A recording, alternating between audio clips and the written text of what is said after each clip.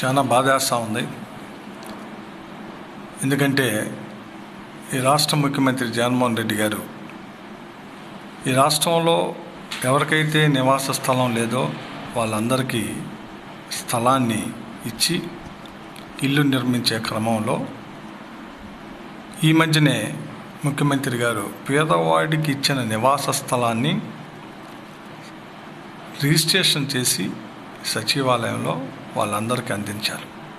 దాంట్లో భాగంగానే తెనాల్లో నేను సుమారు 20,000 అక్కా చెల్లెళ్ళకి నివాస స్థలాన్ని జగన్మోహన్ రెడ్డి గారు చేపించిన రిజిస్ట్రేషన్ పట్టాని ఇవ్వటం జరిగింది.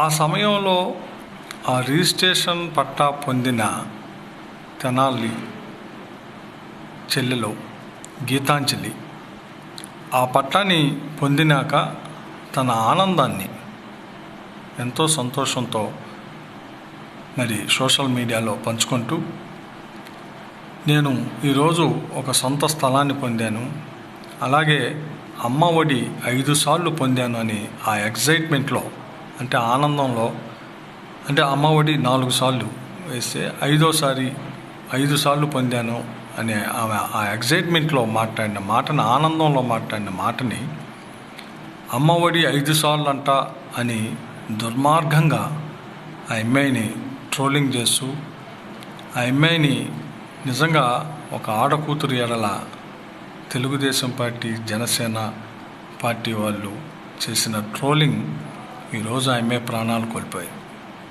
నిజంగా ఎంత బాధేస్తుందంటే,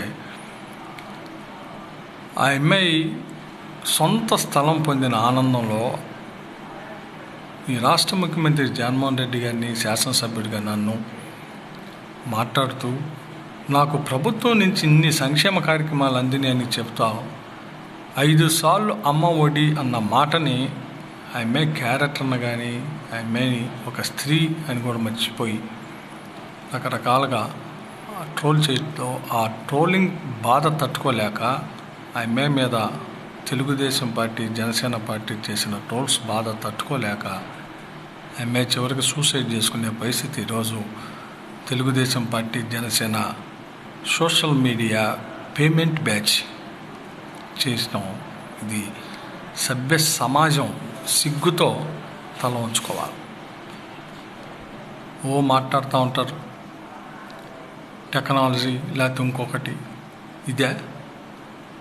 ఇదే ఎంతోమంది ఈరోజు అమ్మాయి ఆ చనిపోయిన దీన్ని ఈరోజు యావత్ రాష్ట్రం, అంటే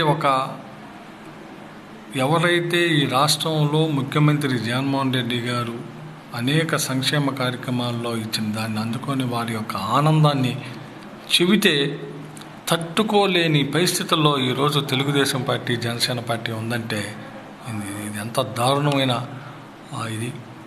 ఇప్పుడే పాప అమ్మాయి శవాన్ని డైరెక్ట్గా శ్మశానానికి తీసుకొస్తే వెళ్ళి నివాళులర్పించాను. రేపొద్దున వారి కుటుంబ సభ్యులతో కూడా మాట్లాడి ప్రభుత్వం తరపున ఏ రకంగా చేయాలో కూడా చేస్తాం. ఇది నిజంగా ఎంతో దారుణం. ఇంత దారుణంగా నిజంగా ఆ ట్రోల్స్ చూస్తే అమ్మాయిని వ్యక్తిగతంగా కూడా దూషిస్తాం. ఒక బీసీ మహిళ అమ్మాయి, ఎంత దారుణం. విశ్వబ్రాహ్మణ కులానికి చెందిన మహిళ. అమ్మాయి ఏ క్యాస్ట్ అనేది కాదు, అమ్మాయి ఆ బీసీ కులంలో పుట్టిన అమ్మాయి మరి పేదరికం కదా. ఆ పేదరికానికే కదా రాష్ట్ర ముఖ్యమంత్రి జగన్మోహన్ రెడ్డి గారు ఇళ్ల స్థలం ఇచ్చింది. ఆ పేదవాడికే కదా ఆ ఇళ్ల స్థలంలో ఇల్లు కట్టియాలని చేసింది.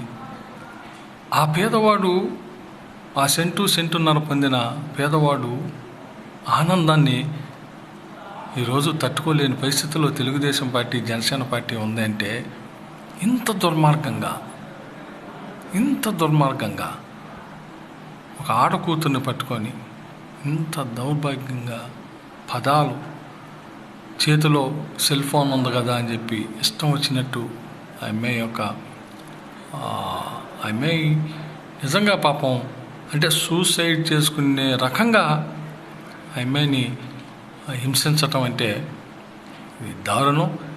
నేను శాసనసభ్యుడిగా చట్ట ప్రకారం ఆ వ్యక్తుల్ని శిక్షించాలని, అలాగే ఆ కుటుంబాన్ని రేపు వ్యక్తిగతంగా వారి ఇంటికి వెళ్ళి, వాళ్ళందరూ చాలా చిన్న పిల్లల పాప ఆమెకి, వారిని కూడా పార్టీ తరఫున వారందరితో మాట్లాడటం కూడా జరిగిద్దని చెప్పి ఈ సందర్భంగా తెలియజేస్తాను.